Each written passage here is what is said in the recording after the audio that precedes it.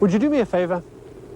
I'd like to stop talking for a minute, and when I do, take a look at the room you're in, and above all, at the man-made objects in that room that surround you. The television set, the lights, the phone, and so on. And ask yourself what those objects do to your life just because they're there. Go ahead.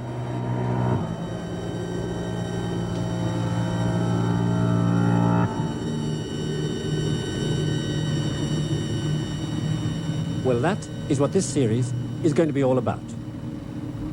It's about the things that surround you in the modern world, and just because they're there, shape the way you think and behave, and why they exist in the form they do, and who or what was responsible for them existing at all.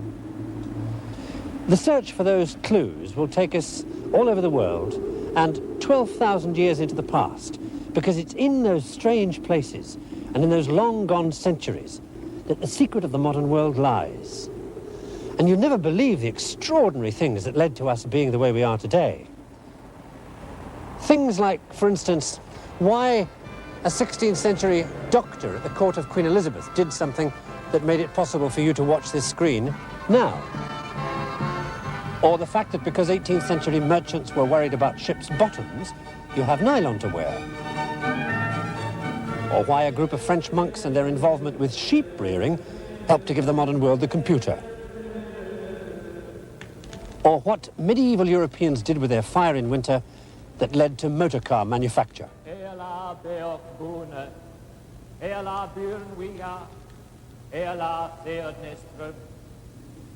The story of the events and the people who, over centuries, came together to bring us in from the cold and to wrap us in a warm blanket of technology is a matter of vital importance. Since more and more of that technology infiltrates every aspect of our lives, it's become a life support system without which we can't survive. And yet, how much of it do we understand? Do I bother myself with the reality of what happens when I get into a big steel box, press a button, and rise into the sky? Of course I don't.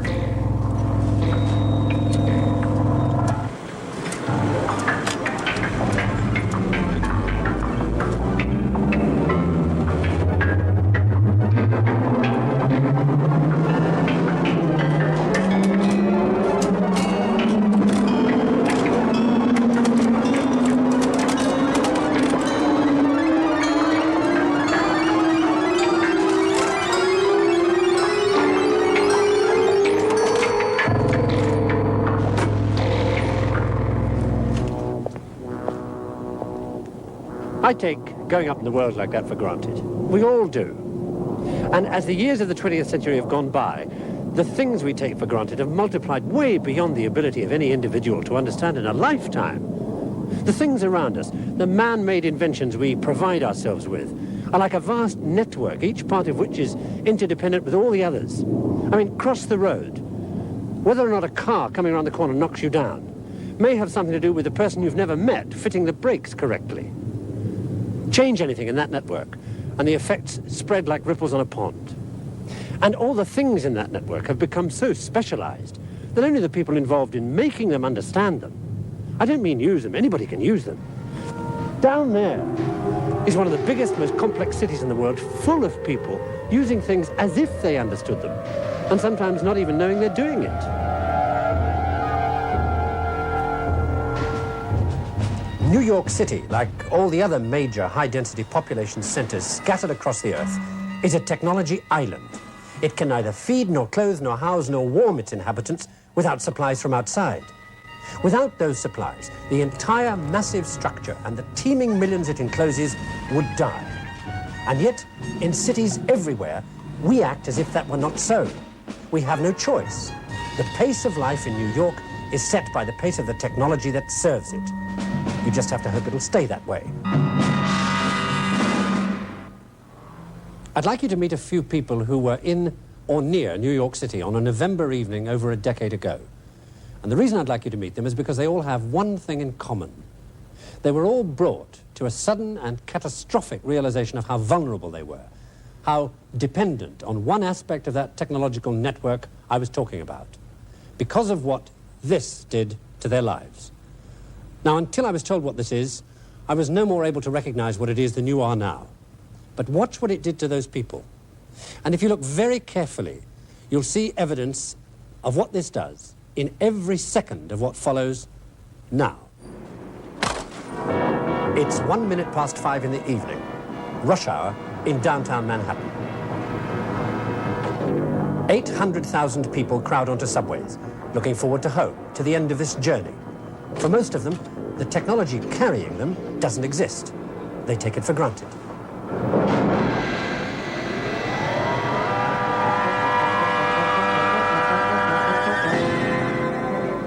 Two minutes past 5, Kennedy Airport.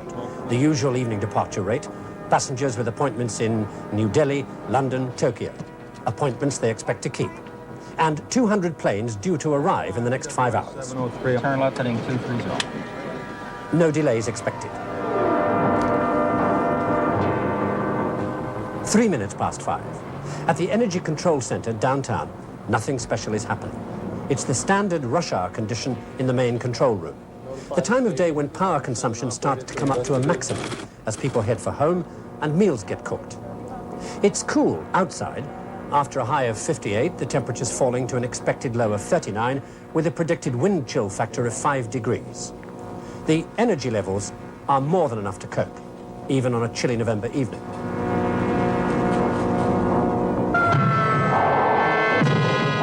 Ten past 5, Mount Sinai Hospital.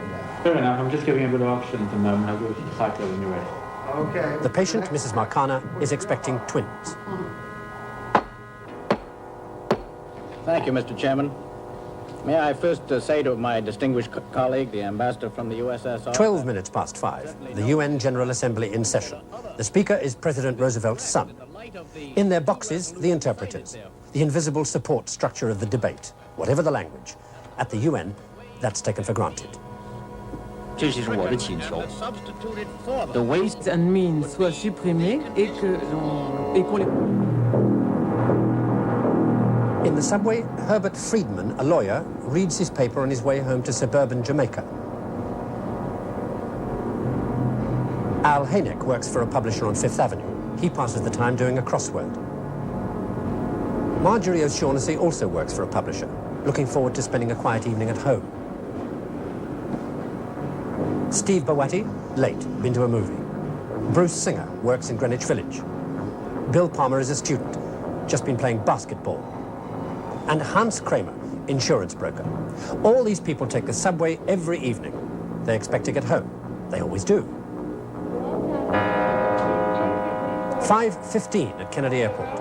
At one of the international terminals, on the board, Scandinavian Airlines 911.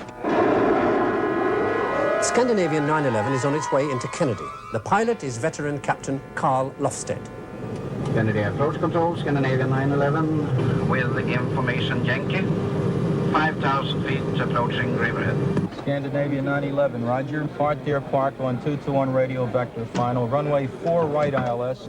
A clear moonlit night. The flight manifest lists 89 passengers. Landing lights.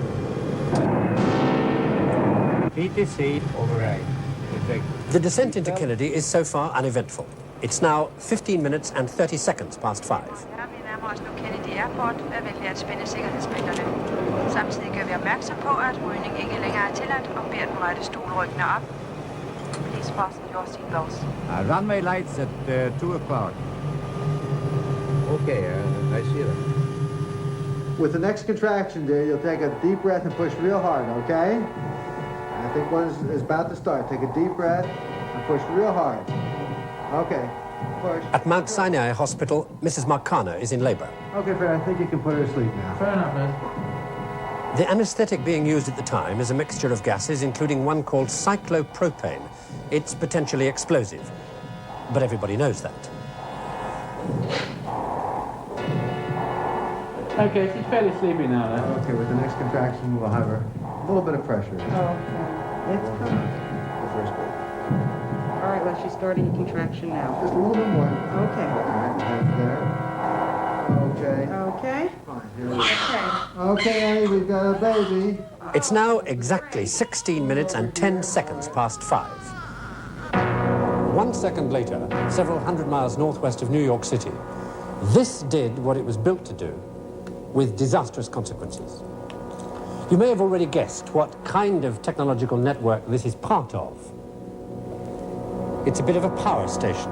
The power station known as Adam Beck 2, here at Niagara, where electricity is generated by the tremendous power of falling water. The water turns turbine blades that make a shaft spin. At the top of the shaft are magnets, and they spin inside a cylinder up there that has copper wire coils on its inner wall. The interaction between the spinning magnets and the copper coils makes electricity. That's where this comes in. It's a relay, and its job is to detect changes in power going onto a transmission line. These up here. Power flows north along these lines, and on the particular evening in question, this relay detected an increase in power on one of those lines that was above a preset limit. When that happened, magnets set around this metal cup caused it to rotate, and that brought this arm to make a contact like this. That contact was made on the evening of November the 9th, 1965, at 16 minutes and 11 seconds past 5. The effect was to cascade power off the overloaded line and onto another, which overloaded and tripped the next, until all 5 lines going north had tripped out, dumping their entire load onto lines going south. Within 7 seconds, the tremendous overload began to take out generating stations all over northeastern America, from Boston to New York, as the network fell apart. As each area went, it overloaded the next. Within 10 seconds, the only major system left was the great energy island of New York.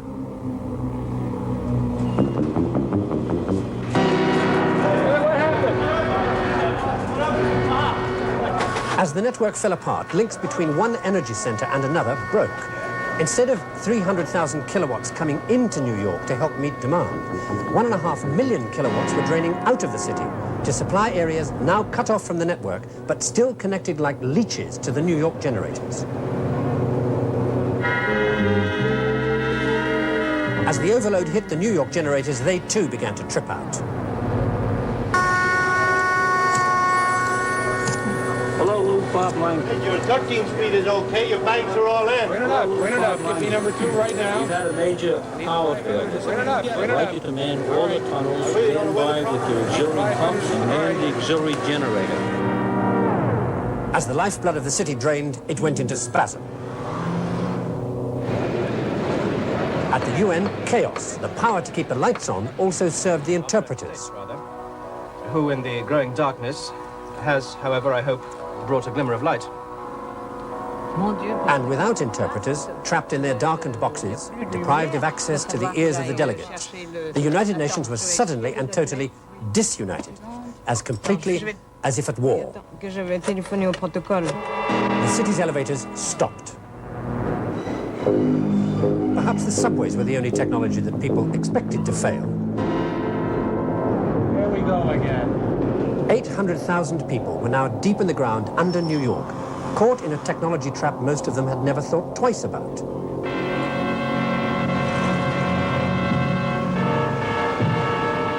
As light went, so did the one in Mrs. Marcana's operating theater. Here she is. Okay, I've got her. What the hell's going on? If someone's playing a joke, Hey, no. It was now only 10 minutes since the crisis had been triggered by the relay at Niagara, more than 500 miles away.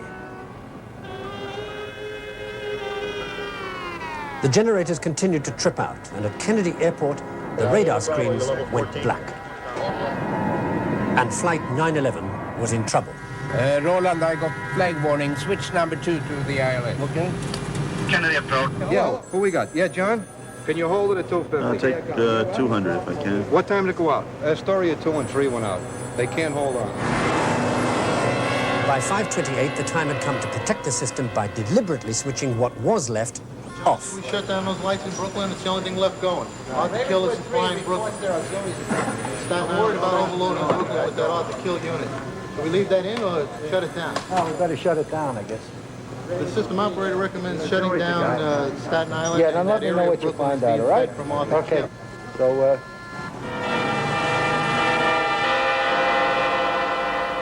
thank you. Over an area of 80 million square miles, 30 million people were now in darkness. Load's down, that's right. All right. Oh, boy. John, I've got the chairman on the phone.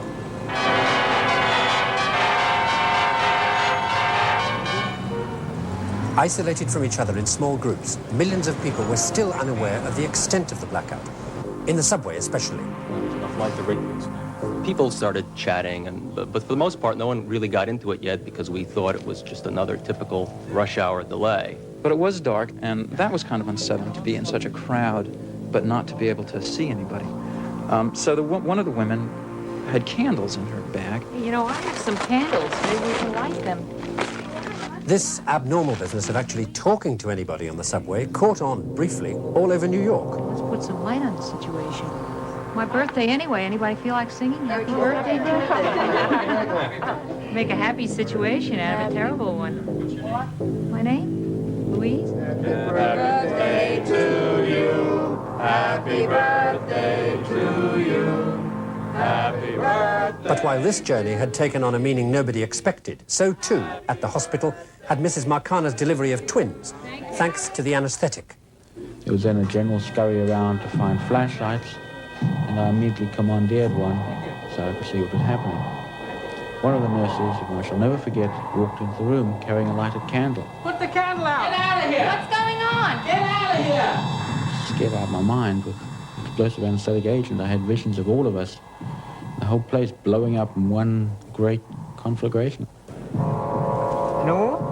The phone system was the only thing working, if you could get a number. La lumière chez vous? Non. C'est partout pareil. I can't see the runway. And Captain Lofted was learning the full extent of his predicament. ILS, the landing aid that guided him in, wasn't there anymore.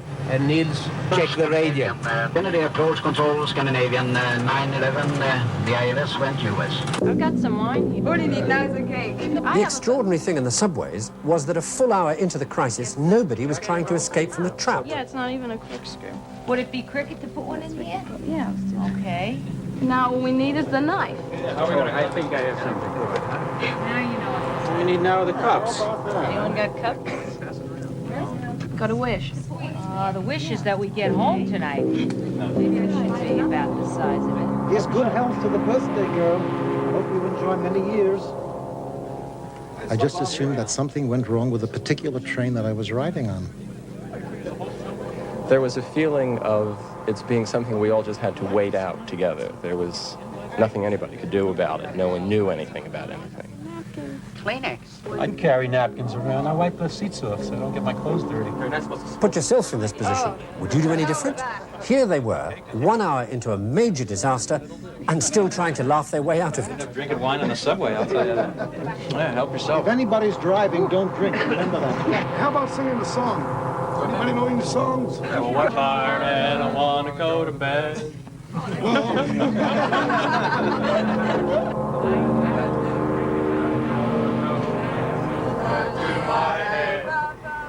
People began to be very jovial and began to sing. Show me the way to go home, and everything that people could think of that related to our plight. Let's just keep on going on. Okay. At the hospital, darkness made no difference. I got the feet. Membranes are after. Here we go. Follow the head down. I'm following. Okay. All right. Well, the baby was delivered without the lights because you didn't need the lights for the delivery. That's manipulative. Remember, you're reaching up into the uterus, grabbing a foot, which is strictly by feel. You rupture the membranes and you bring the foot down. The second baby was vigorous, and we repaired the P's. You're such a pretty girl. Yes. Kennedy approach control, Scandinavian 911. Captain Lofted had only a few seconds left to make his decision. He was at 2,000 feet, past the airport and heading straight for Manhattan in the darkness. There was only one thing he could do.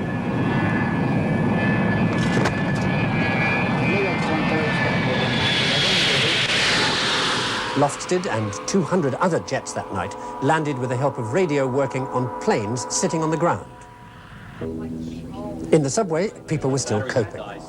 About after an hour or an hour and a half, people became very restless. It was not pleasant. It was not very congenial, but everybody felt scared. Never been this late. Let you sit here and wonder and send nobody down to help us. Somebody knock on the window, see if you're going to turn his attention. After about an hour and a half, of these train employees would pass outside, but not look at us and not answer us when people banged on the windows and called out.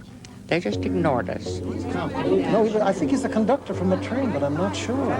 Skunks don't even turn around. Maybe he's gone for help. I don't know. Let's hope he must be here. Gradually, finally, people began to realize where they were. Lost under the ground, helpless, unless help came. When we have a major power blackout, it at least hits the entire city. Just all relax. We'll be trying to get you off as soon as possible. We've been sitting here hours. We would have to be in between stations. How can we be on a platform? I don't know how long this will take. It's Con Edison. It affects the entire city. We have people coming by evacuating the trains now. Please relax. Mrs. Marcano found out what had happened to her, though not the way she expected.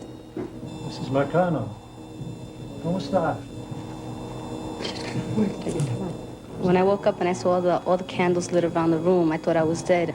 And there was a priest standing nearby. And for a minute there, I thought he had come to give me my last rites. And I was afraid that all my family knew that I was dead and they came to light candles for me. No, yo no estoy muerta, yo no estoy muerta, yo no estoy muerta. No está muerta, no. Don't be frightened now, you're going to be okay. And finally, as in all good fairy stories, it was over. At exactly 5 hours after the train stopped, about 10:30, the train began to empty by having all the passengers walk out singly upon the catwalk. A few days later, people were back at their daily routine as if it had never happened. The night New York became a trap, forgotten. Everyone hold on to the railing. This is one of the more perfect examples of the kind of technological trap that we set for ourselves. The lift, the elevator. I mean, what is it? It's a steel box with some buttons in it and maybe a trapdoor for emergencies. But whoever looks that close? Except when this happens, where is it?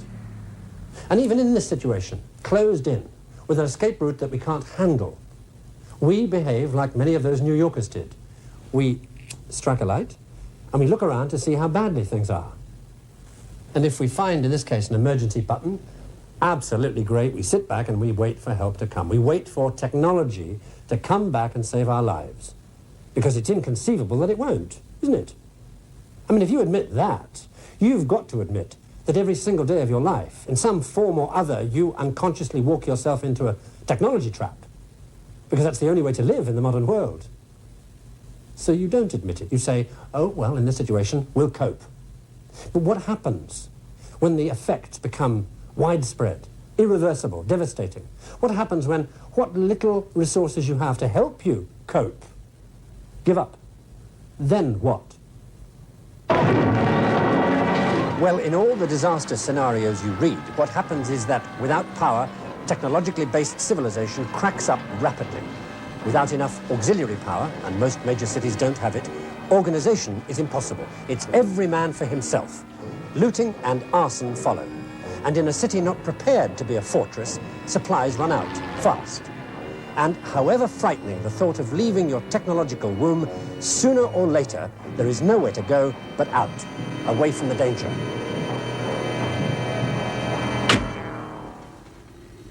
The minute you decide to move, you're on your own, in a way that no modern 20th century city dweller has ever been in his life. And then the traps begin to close. To start with, do you even know where to go in order to survive? Did you manage to get a map before you left? And if you did, how do you get out? Walk? Drive until you run out of fuel? Are you ahead of the millions of other people pouring down these roads trying to do just what you're trying to do? And if they catch up with you, have you got something they need? And if you have, can you protect yourself? Did you bring enough food and drink to last as long as necessary? And if you didn't, where will you get it? Steal? How far out will you have to push on until you're far enough out to be safe? And can you be sure that's far enough? And even if by some miracle you finally make it, do you know enough to recognize a place to stop when you see it? I mean, what does survival without technology look like? There'll be no signs up.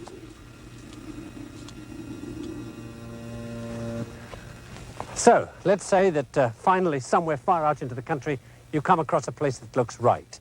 And let's say that you've had the good sense and the good luck to look for a farm, because that's where food comes from, doesn't it?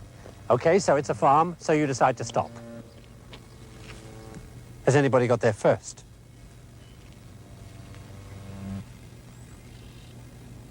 Or are the owners still here? Because you're going to need shelter, and people don't give their homes away. They barricade themselves in. So, sooner or later, exhausted and desperate, you may have to make the decision to give up and die. Or to make somebody else give up and die because they won't accept you in their home voluntarily. And what in your comfortable urban life has ever prepared you for that decision? Okay, let's say by some miracle the place is empty and it's all yours. Is there enough food in the house? How long will it last? How will you cook it? Wood fires? Are you fit enough to chop all the wood you need before winter comes? If you're lucky, you've got livestock on the farm. Great. Meat.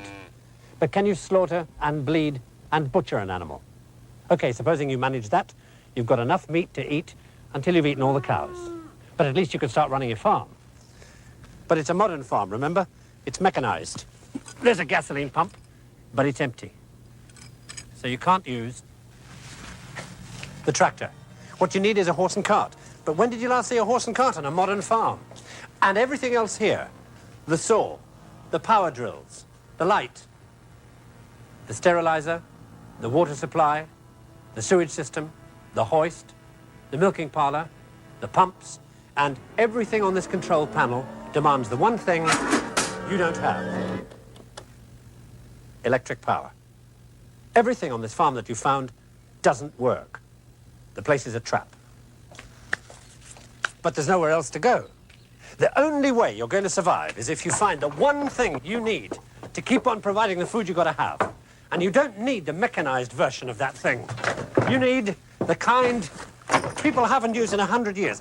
You need that kind of plow. You're saved. Or are you? Because what it comes down to at this point is this: can you use a plow? It's taken a series of miracles just to get you this far, and here you are with the biggest miracle of all: a plow and animals to pull it.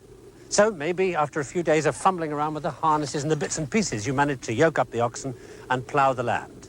And then, and only then, can you say that you have successfully escaped the wreckage of technological civilization and lived off the land and survived, if you know how to use the furrow you plow. I mean, can you tell the difference between an ear of corn and a geranium seed? Do you know when to sow whatever it is you think it is?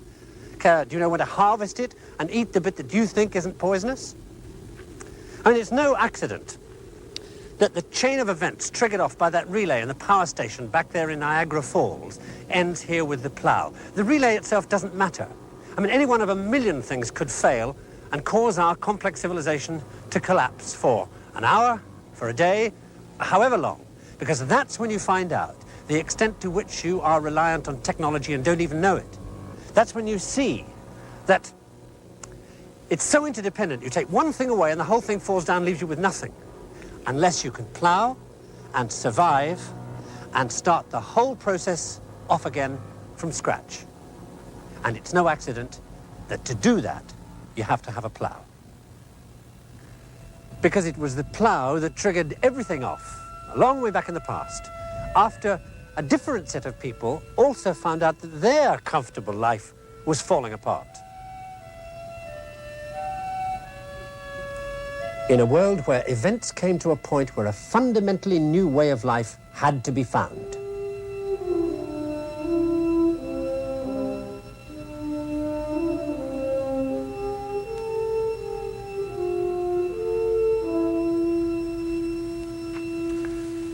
That's exactly what happened about 12,000 years ago in maybe 4 places on the Earth: Northern India, Syria, Egypt, Central America. It stopped raining and got very hot. The result of that change in the weather was to lead to an invention that would trigger the development of a civilization that ends with us in the modern world. Let me explain that. You see, the high grasslands started to dry out, became like this place, and the plants and the animals that had sustained the wandering tribes started to disappear. People began to die. There was only one thing the survivors could do: head for water. And so down they came into the great river valleys.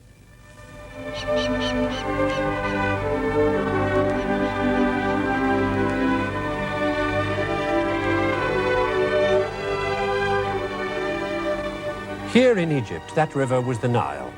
And the Nile was an extraordinary river. It rose in two places. From one it brought rotting vegetation, and from the other potash. And any gardener will tell you what that means. When it flooded every year, it dumped compost and fertilizer onto the land. And the land bloomed. Too well. With easy food, the population grew to where not even the Nile could support it without help. Faced with starvation, the river dwellers tried planting grain by hand. Not enough. What solved their problem was an invention that triggered off a series of events which ends with us in our modern technology trap. Because that invention was to trigger the beginnings of civilization.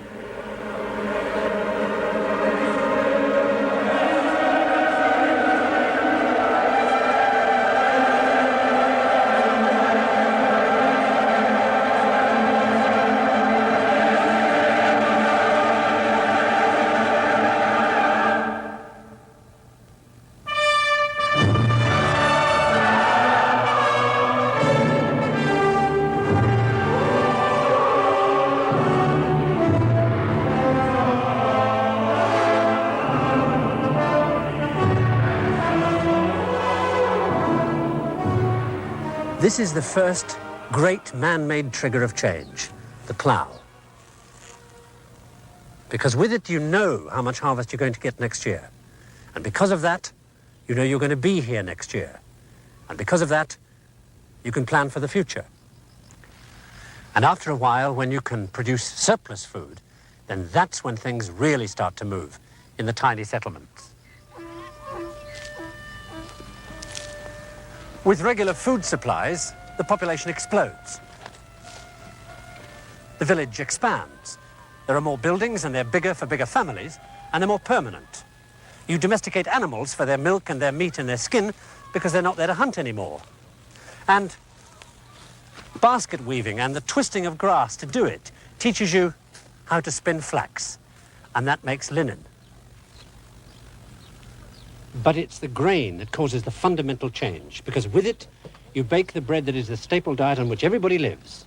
And you learn about ovens and about the effects of heat on mud and brick. But above all, you have to have somewhere to store the grain surplus, in pots. But there's so much surplus by now, you need the pots to be made faster, and you need them to last longer. So the potter's wheel happens. Then comes the problem of who does it belong to? And the only answer to that is this: writing. And the very first writing takes that form: a name and a symbol for what's inside this pot, or a lot of pots, or an entire village granary. And so the little villages grew with their huts and their granaries. And then, almost out of nowhere it seems, that happened. The oldest stone building in the world, the step pyramid of King Zoser at Saqqara, near Cairo. Built around 2700 BC, instant, sophisticated architecture from mud huts in one jump. How do they do it? Because of what they'd had to do to feed themselves, irrigate.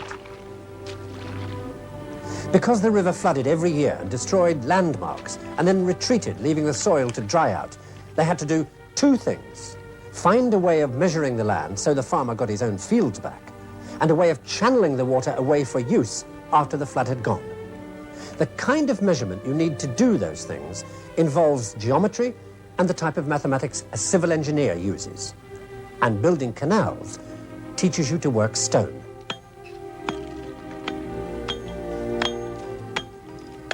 If you know stonework and geometry and mathematics, you can build pyramids, especially if a strong central government that was developed to run the irrigation schemes in the first place tells you to. If the pharaoh said he wanted a pointed stone monument, that's what he got.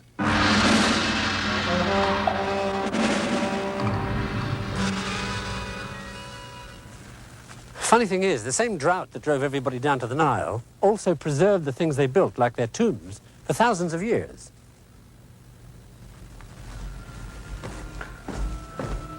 The stuff on the walls in this tomb, for example, is 4,500 years old. A kind of cartoon view of the civilization the plough created. I mean, look, here's irrigation. There are these people carrying water pots. You see them? And they carry them across, and they pour the water into a garden that has a wall round it. And then over here, look, there's a fellow doing a bit of weeding. There's the plough. They domesticated oxen. They tried to domesticate any animal that they could get their hands on. I mean, take a look at this. Animal flatten its back, tie its back legs, hang on to its front legs, stuff food down its throat and hope it'll learn to love you. You didn't get too far with that one. It was a hyena. Well, you've got a growing community and plenty of spare food, and you'll need to protect yourself. So making weapons becomes very important. And here on this wall, there's a whole thing about handling metals. Look. Here are the weights and measures people checking on how much metal is going to be used. Next to them, the furnace men. You see the way they're raising the temperature? They're blowing on these tubes to create a draft in the furnace to get the temperature high. Next to them, here's the molten metal being poured into a mold. And here, the fellow's beating it flat.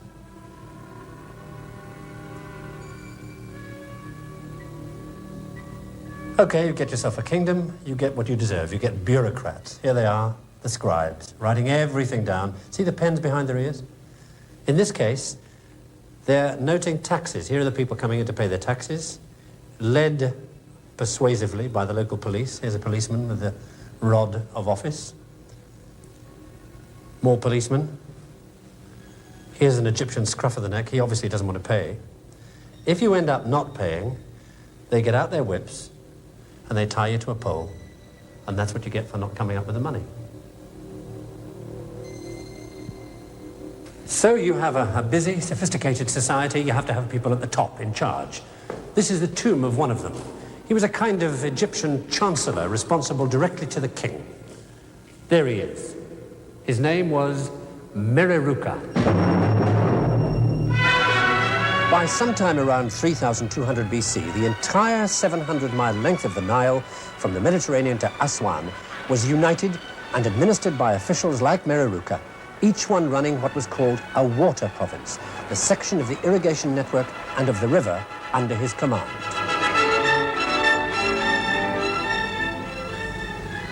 What held it all together was the king's magic ability as a god to come up year after year with an inundation of the Nile and to know exactly how high the waters would go. Of course, it wasn't magic, it was his astronomers. They observed that one particular star, Sirius, rises just before dawn on one particular day, the 17th of July, every year. And that day is one day before the flood begins.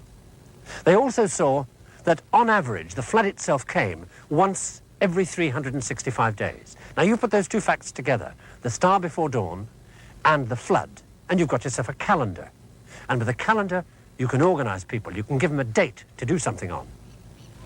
And as for the king's ability to predict how high the water would go, well, you record the level of the flood every year with a scratch on the wall. And after a while, your experience will tell you early on how high the water's going to be later. Now, in Egypt, where water is life, that kind of knowledge and ability to control gives you the power to build empires.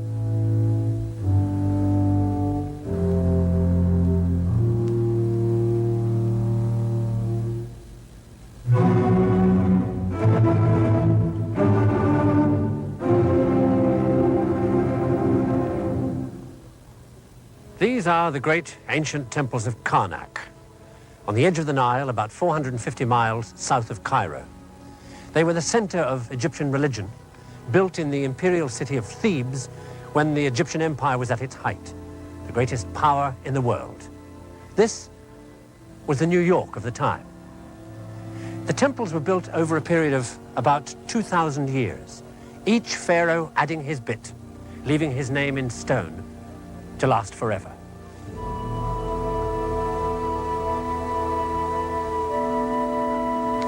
Inside the temple domain, there were 65 towns, 433 gardens and orchards, 400,000 animals, and it took 80,000 people just to run the place. Small wonder that centuries afterwards, the Greeks and the Romans came here and gawped like peasants at a civilization that made their efforts look like well-dressed mud huts. It still has that effect today. You come here from the great modern cities, full of the immense power of modern technology. At your fingertips, press a button, turn a switch, and this place stops you dead.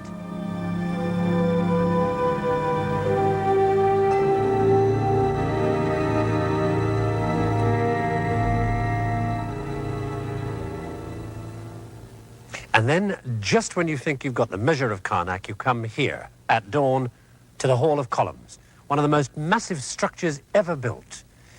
And anything I was going to say isn't enough. Look at it.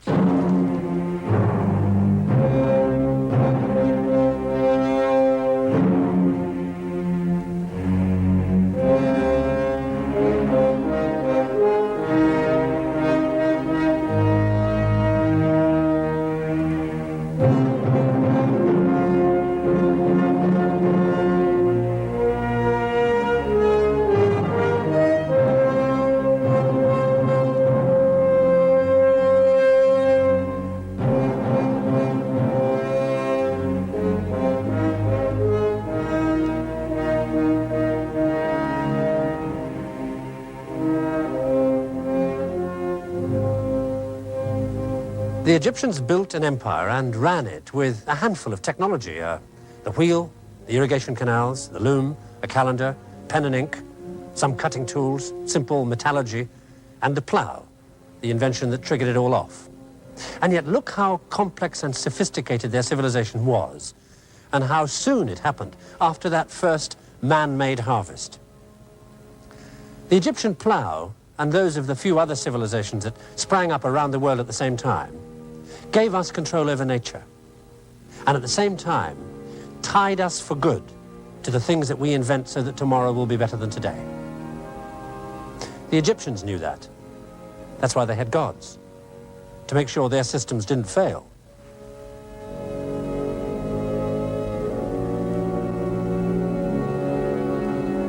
Karnak was the first great statement of what technology could do with unlimited manpower and the approval of the gods. Ironically, the modern equivalent lies again in the desert. This time, the nomads also settled by a river of oil.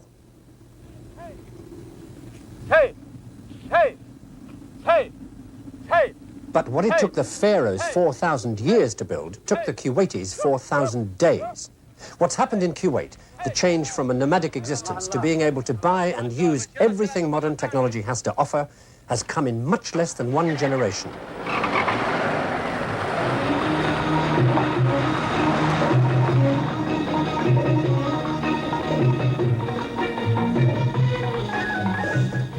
Kuwait represents the immense power of technology used in a way most of us have never experienced, because we've lived with the kind of change it can bring for more than 100 years.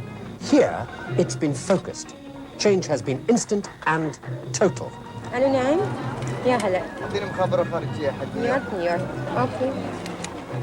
Kuwait has suddenly become like New York or any other of the great urban islands of technology, totally dependent on that technology. Like them, without it, Kuwait would return to the desert. Hello, Michelle? Hi, how are you?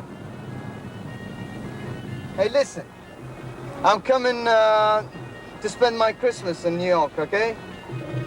You see how increasingly the only way we in the advanced industrial nations with our bewildering technology network can survive is by selling bewilderment and dependence on technology to the rest of the world.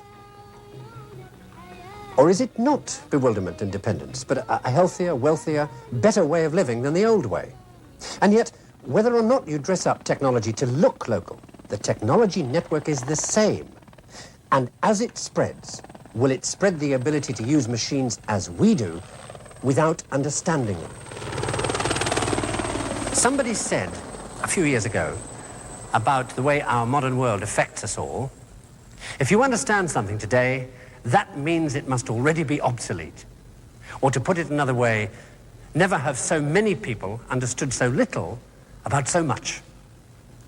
So why are we in this position? Why is our modern industrialized world the way it is, and not some different way, with different technology, doing different things to us.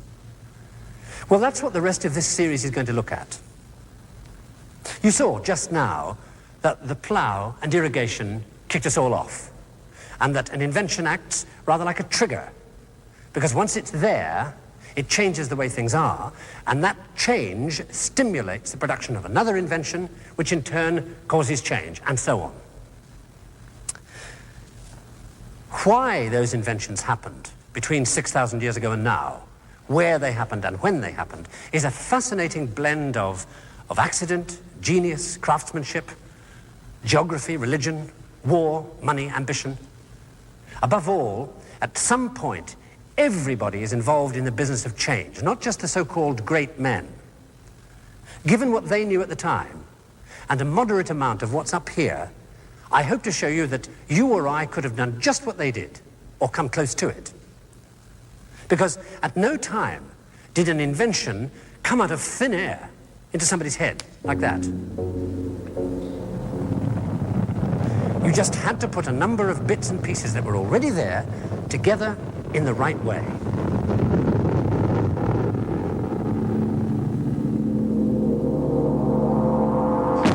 Following the trail of events from some point in the past to a piece of modern technology is rather like a detective story, with you as the detective, knowing only as much as the people in the past knew, and like them having to guess at what was likely to happen next. So, the trigger that sets off the first of those detective stories is that. And I'd like to leave you with one question before next time. Why does a modern invention that fundamentally affects the lives of every single human being on this planet begin 2,600 years ago with somebody doing this?